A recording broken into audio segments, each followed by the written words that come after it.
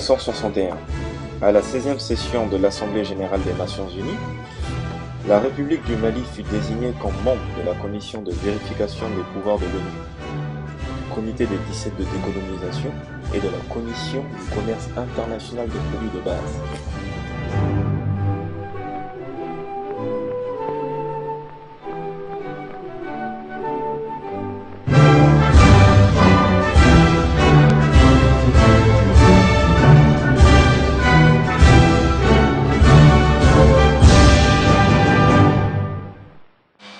À l'ONU, pour son sérieux, pour son intransigeance face à la défense du neutralisme positif, un des principes directeurs de sa politique extérieure, le Mali reçut un soutien unanime du groupe africain pour être désigné à siéger au Conseil de sécurité comme membre non permanent.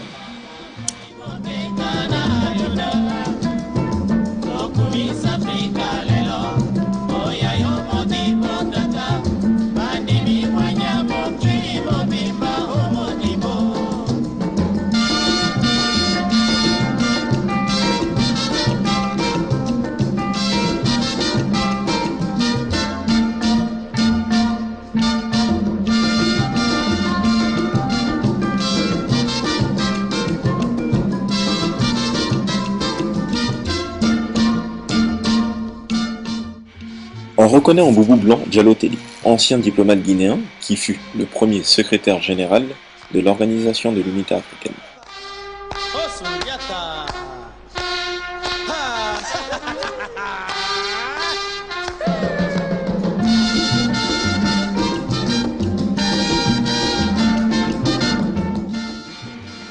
Modibo Keïta fut le premier président de la République du Mali, de 1960 à 1968.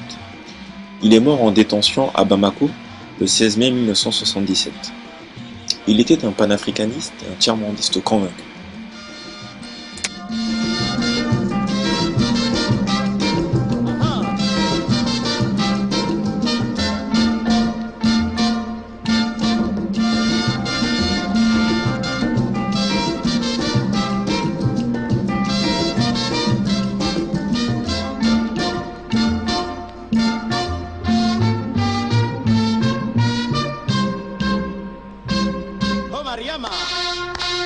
Monsieur le Président, je ne saurais terminer ce chapitre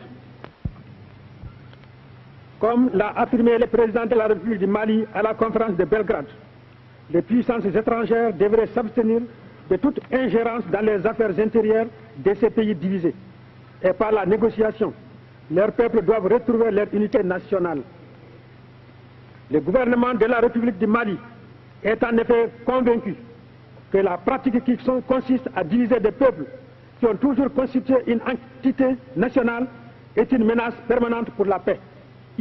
Et qu'il y a concrètement aujourd'hui deux États allemands, deux gouvernements allemands, deux États vietnamiens, deux gouvernements vietnamiens, deux États coréens, deux gouvernements coréens.